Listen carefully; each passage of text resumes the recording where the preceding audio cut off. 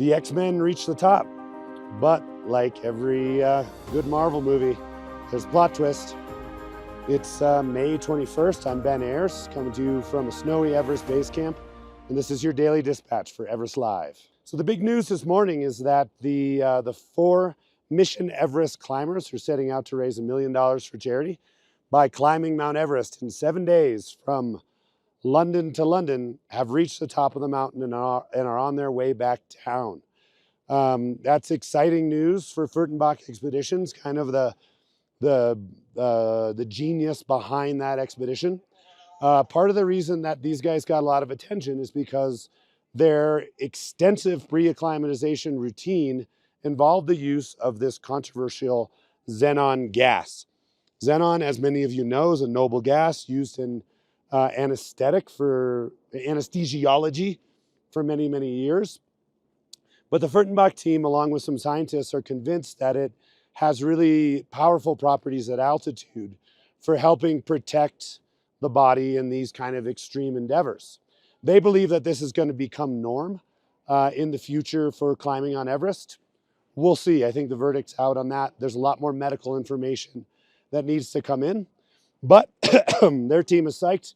They have this proof of concept that they're able to climb Everest in the fastest time from London to London. But then arrived the dark horse. Elite Expeditions sent me a press release this morning about about a client of theirs. So New York-based entrepreneur Andrew Ushakov left New York City at 12:30 in the morning on May 15th. And at 9:22 a.m. Nepal time on May 19th, he reached the top of Mount Everest.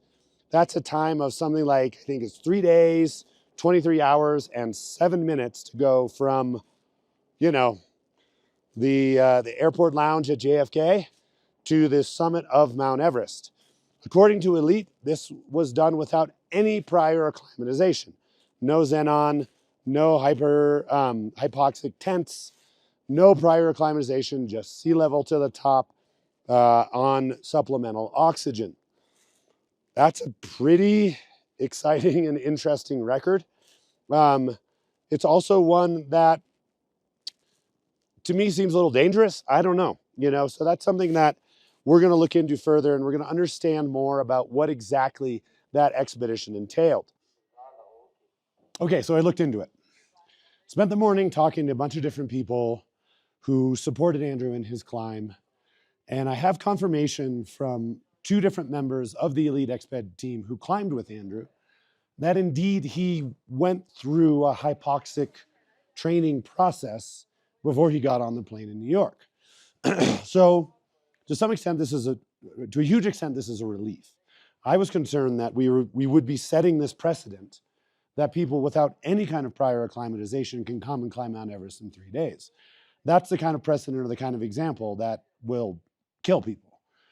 On the other hand, now we know that there was pre-acclimatization involved. The question is, why did Andrew's team sort of mislead us in the way that they structured the storytelling around their climb? What it looks like what happened is that he went through some sort of acclimatization protocol and got to the top of the mountain in just under 4 days. That's basically what we call a flash expedition. You come to the country ready to go. You don't do your rotations. You go straight to the top and come down. And that's exactly what the X-Men and the Xenon climbers did as well. It's safe. It's fast. Is what it is. And to the Andrew and his team's credit at Elite, they did a really, really good job at it. He went really, really fast. That alone should be enough. I don't know why this whole no pre-acclimatization thing was thrown into the mix.